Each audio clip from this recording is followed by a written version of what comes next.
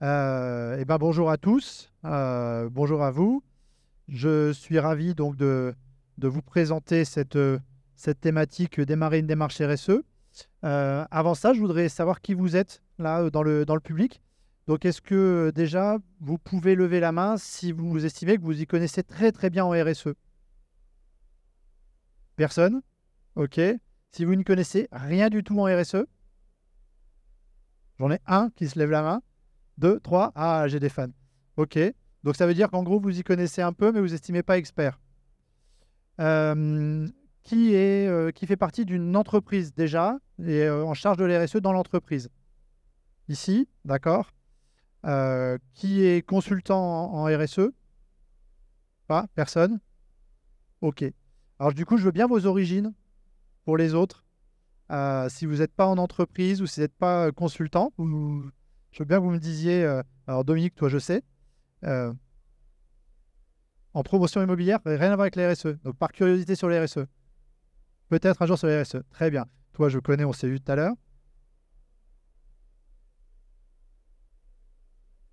Service commercial d'une entreprise adaptée. Très bien, merci. Ici, vous, recherche et innovation en bioénergie. D'accord. Responsable de gestion. Ah, pardon. HSE. Ah ouais, RSE, HSE, on est vraiment sur les démarches similaires. Service marketing. Très bien. OK. Alors, on va attendre que... C'est bon pour le pointage? Il y a un souci? C'est bon? Je peux démarrer? Ouais. OK. Donc, merci beaucoup. Déjà, démarrer une démarche RSE, c'était intéressant de commencer par poser le cadre et se poser la question de quoi on parle. La problématique de la RSE, c'est une problématique qui s'applique aux organisations. C'est la responsabilité sociétale des entreprises et je vais en parler, après. C'est une nécessité parce que pour les entreprises qui ne s'adaptent pas à ce qui est en train de se passer, elles risquent de ne pas survivre à ce qui est en train de se passer. Que ce soit lié aux contraintes réglementaires ou aux contraintes de la question de sens des collaborateurs ou aux exigences des clients. C'est un vrai sujet. Il y a beaucoup de solutions pour mettre en place de la RSE et on va en parler d'un certain nombre. Et je vous donne la formule RSE plus RH égale qualité de vie au travail au carré. On en parle après, vous verrez. Mais que la difficulté, c'est de savoir comment on fait pour aller de l'ensemble des problématiques RSE aux solutions. Et c'est ça réellement la méthodologie RSE pour démarrer une démarche RSE. Alors qui je suis? Je ne vais pas faire tout le détail. Je suis président d'une fondation qui s'appelle la fondation Oikos pour les RSE. Après avoir passé 10 ans dans ma propre entreprise à mettre en place des démarches RSE, j'ai souhaité rendre ça plus facile pour les autres organisations. Donc en 2015, on a créé avec un collectif d'entrepreneurs une fondation qui a depuis mis en place la Cité de la RSE, la fresque de la RSE, le Congrès international de la RSE et différents autres outils. Donc depuis 8 ans, je consacre l'intégralité de mon temps à faciliter l'accès des entreprises à la RSE. C'est vraiment ça l'objectif. La RSE, moi, je le définis comme une méthode d'amélioration continue. Je fais le parallèle avec la qualité. La qualité, dans les années 90, est arrivée en France comme une méthode d'amélioration continue pour les entreprises sur des questions de qualité de produits ou qualité de service. On a mis en place et on s'est équipé, on a formé des personnes sur la qualité, sur un nouveau concept. Les entreprises ont acheté des outils pour pouvoir mettre en place et monitorer leur sujet qualité.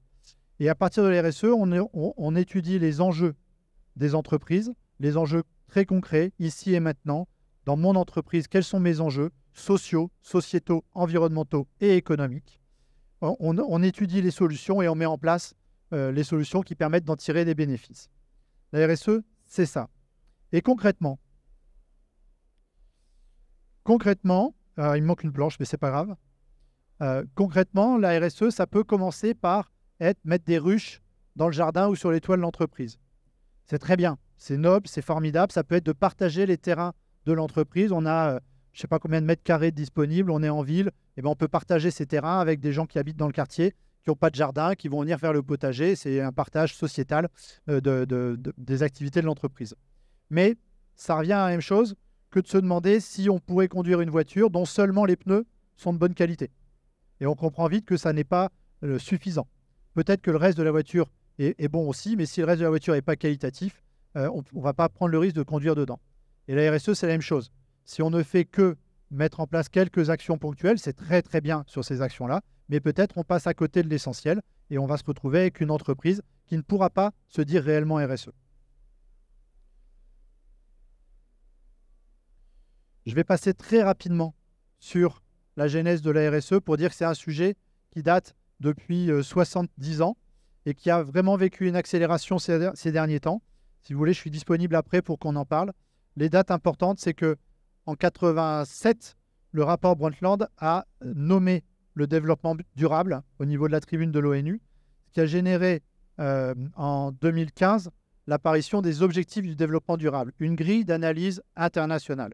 Et c'est ça l'intérêt de cette planche, c'est de dire qu'il a fallu 70 ans, 65 ans, ou 62 ans exactement, je crois, pour passer d'une théorie à une ébauche d'outils internationaux. Et c'est une des problématiques de la RSE au moment où on veut s'engager en RSE. Alors, je vais passer là-dessus assez rapidement, mais je vais juste dire, le développement durable, il dit quoi? Le développement durable, il dit qu'il faut pouvoir, quand on est une organisation, travailler sur notre activité sans compromettre la capacité des générations futures de travailler sur la leur. On parle des générations futures. Au quotidien aujourd'hui, quand on se pose la question de savoir si on doit mettre en place une démarche RSE, généralement, on se pose la question pour nous-mêmes, pour notre entreprise par rapport à notre marché aujourd'hui. La finalité, c'est de le faire pour soi, mais dans une optique très long terme. Ça crée une complexité. Les objectifs du développement durable, donc 2015, c'est une grille d'analyse, 17 objectifs de développement durable, fournis par l'ONU, qui vise à faire quoi? Qui vise à très simplement permettre à chaque personne qui a envie de s'engager en RSE de pouvoir savoir quels sont les sujets qui me concernent potentiellement. L'inconvénient des ODD, c'est qu'on est sur des objectifs grand public. Il manque une application pratico-pratique. Ça ne suffit pas de connaître les ODD pour savoir comment moi, dans mon organisation, je peux entamer une démarche RSE. D'autant moins que, et ça c'est une grille de lecture EcoVadis sur des données 2020, d'autant moins que quand j'ai des parties prenantes à l'international, des fournisseurs, des concurrents ou autres, le déploiement de la RSE n'est pas le même. On ne parle pas de la même chose sur les mêmes territoires. Je pense qu'un certain nombre d'entreprises, notamment en Allemagne, s'estiment RSE, alors qu'on voit qu'il y a une différence dans les notations internationales en moyenne. Donc tout ça crée de la complexité sur un sujet qui à la base est simple. On a mis en place un certain nombre d'accords internationaux depuis quelques années pour faciliter la lecture de la RSE, qui ont été traduits dans des législations européennes.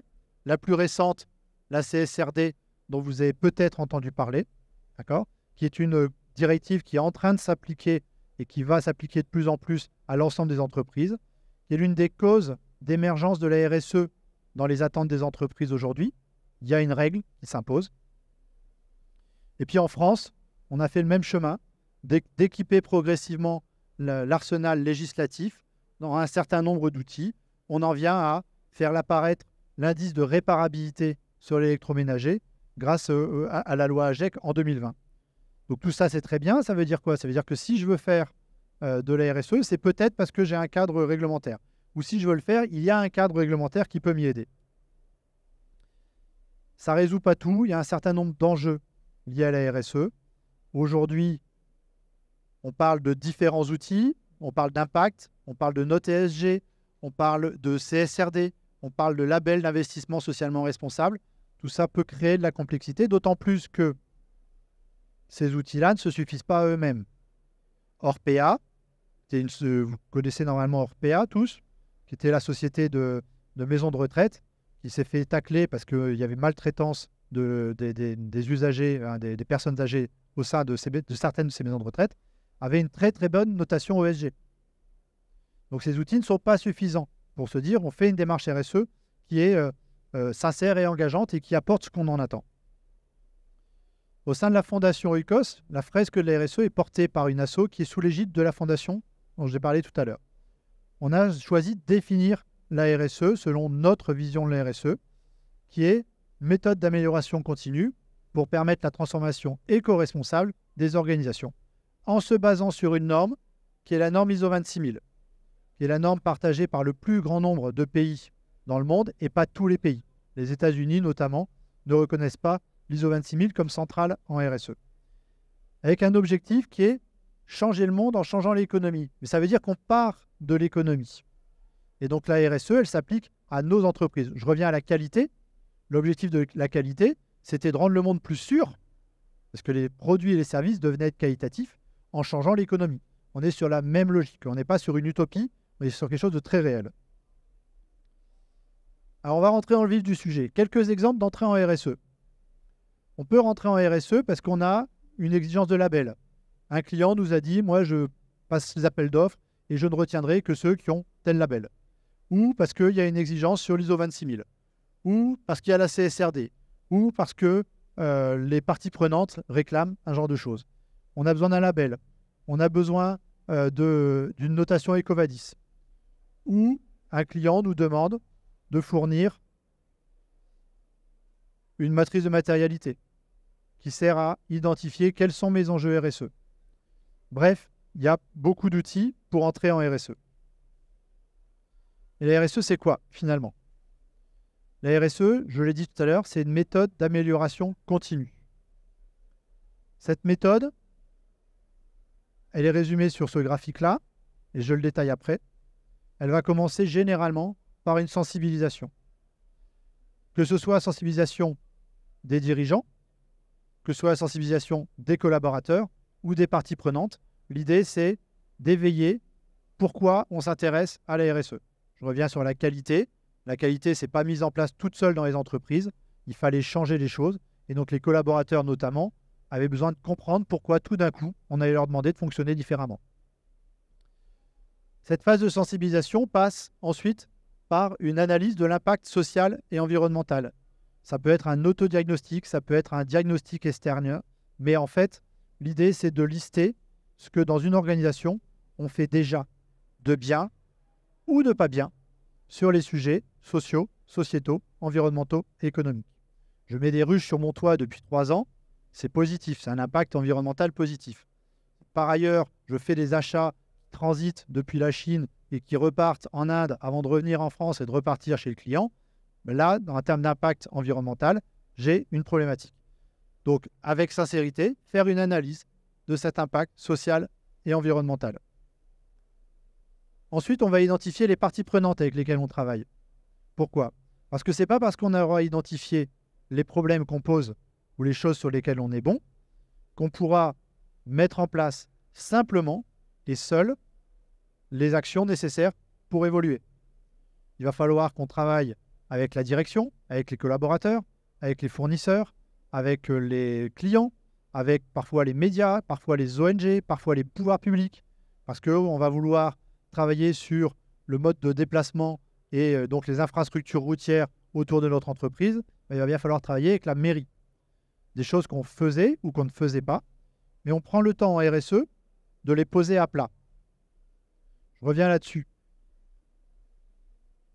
Le fait de poser à plat, c'est ce temps 2 qui se complète par le temps 3, c'est ce qui permet de vraiment voir clair dans sa situation et de définir son plan d'action. Si vous démarrez par le bas en communiquant sur les ruches, par exemple, je reprends l'exemple des ruches, et que vous ne faites que ça, sans savoir ce que vous faites, vous vous exposez à un retour de flamme de communication ou à un contresens et vous risquez d'avoir perdu du temps. Donc ce temps de départ, d'analyse de l'impact social et environnemental, c'est un temps qui est important de mettre en place dans une démarche RSE. Et on va en parler après. Ensuite, on travaille avec les parties prenantes, identifier quelles sont les parties prenantes qu'il faudra contacter à un moment ou à un autre et avec lesquelles il faudra travailler. Puis, définition des objectifs et des indicateurs de performance. À partir du moment où on sait avec quelle partie prenante on veut s'engager, on doit s'engager sur tel enjeu, on peut définir quel objectif on peut atteindre et donc quel indicateur on va mettre en place. Mise en œuvre et suivi des indicateurs et communication. Et concrètement, on doit contextualiser le sujet de la RSE. Le sujet de la RSE doit être adapté à l'organisation qui la considère. On utilise la fresque de la RSE avec cet objectif-là. Dans un premier temps, on va travailler avec un certain nombre de cartes. Je vous ai pas demandé qui connaissait déjà le processus de fresque. Vous pouvez lever la main si vous connaissez déjà les fresques. Ok. Pour modéliser et pour démarrer la phase de mise en place de la RSE, l'atelier fresque de la RSE utilise pendant 3 heures un ensemble de cartes qui vont modéliser l'entreprise, l'organisation, qui vont ensuite modéliser les actions de l'organisation, qui vont identifier un certain nombre d'enjeux que subit ou que génère l'organisation, un certain nombre d'outils à sa disposition, et les bénéfices qu'on peut en tirer. D'accord ? Cette séquence-là permet d'identifier le contexte. On part de l'organisation telle qu'elle est, que ce soit sur l'atelier fresque ou dans une démarche RSE.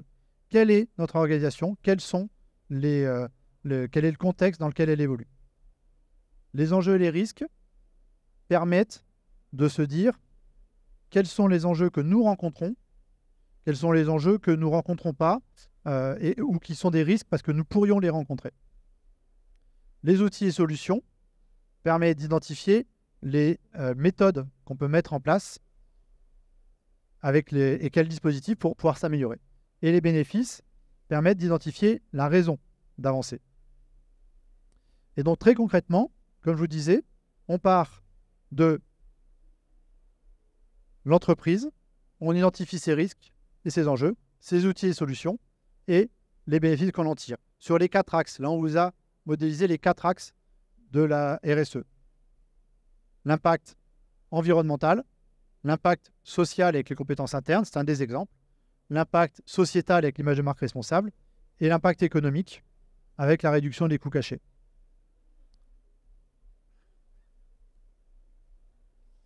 Pour mettre en place une démarche RSE, l'une des difficultés, ça va être le manque de ressources.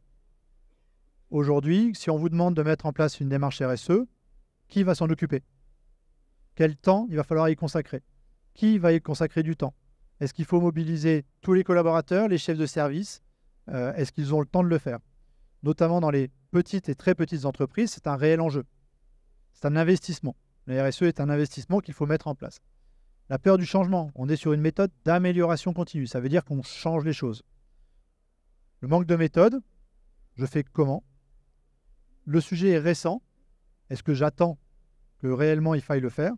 Et les attentes sont variées. Et vous avez ici une illustration d'une partie des enjeux que rencontrent les entreprises et les risques que rencontrent les entreprises en matière de RSE. Vous avez les déchets, les risques santé et sécurité, le burn-out. On imagine bien que quand il faut travailler sur l'ensemble de ces sujets, il y a un investissement nécessaire pour prendre le temps de faire de l'éco-conception pour réduire les matières premières qu'on utilise dans la vie de l'entreprise. Est-ce qu'on mobilise tous les collaborateurs sur ce sujet-là et quelle manière? Mais on a des leviers pour une démarche RSE. Il existe des compétences, souvent en interne. Il existe des outils méthodologiques. La CSRD, donc une réglementation qui permet de fixer un cadre qui donne un moteur au changement. Il y a une norme, la norme ISO 26000, qui permet d'avoir un guide méthodologique également. Et la mobilisation, et ça c'est un paramètre important. Quand on fait une analyse RSE d'une entreprise et qu'on finit par arriver à la conclusion qu'on va améliorer les coûts cachés notamment de l'organisation, le gestionnaire de l'entreprise est plutôt satisfait. Super, on met en place une méthode d'amélioration continue qui va réduire les coûts. Top. La plupart du temps, quand vous demandez aux collaborateurs de travailler sur une méthode pour réduire les coûts, ils imaginent qu'ils vont se faire licencier à un moment ou à un autre, qu'ils vont avoir moins de moyens et que ça va être compliqué pour eux. C'est démobilisateur.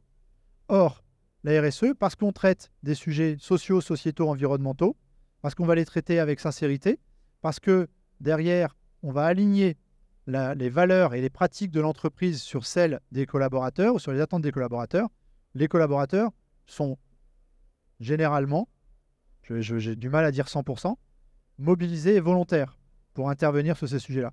Ça veut dire que, contrairement à d'autres démarches, notamment la qualité, une démarche RSE mobilise les collaborateurs pour des objectifs qui contribuent notamment à la performance économique de l'entreprise. Thierry, à 9 h ce matin, expliquait que le retour sur investissement de la RSE n'était plus un sujet. Il y a une étude de la Banque de France qui dit que, elle date un peu, de 2015, les entreprises qui s'engagent en RSE sont 13% plus rentables que les autres. Moi, je l'ai vécu dans mon entreprise précédente qui était 5% plus rentable que ses concurrents.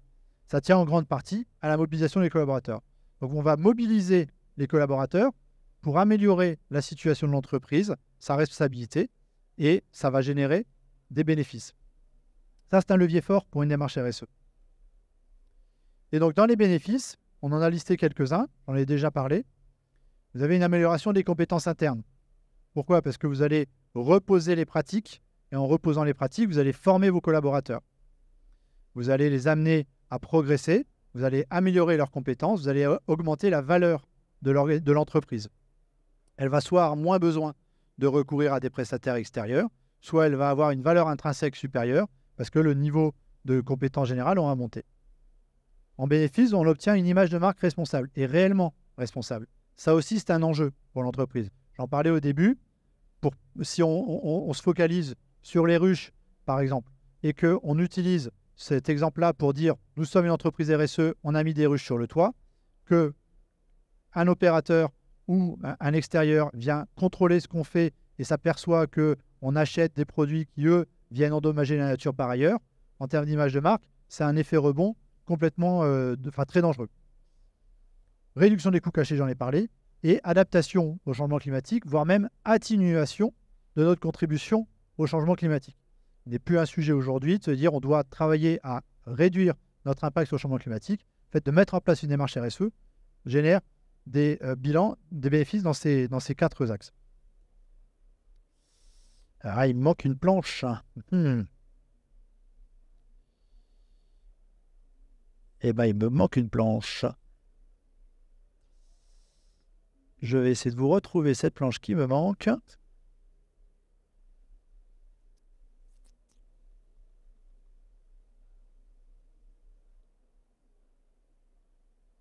Voilà.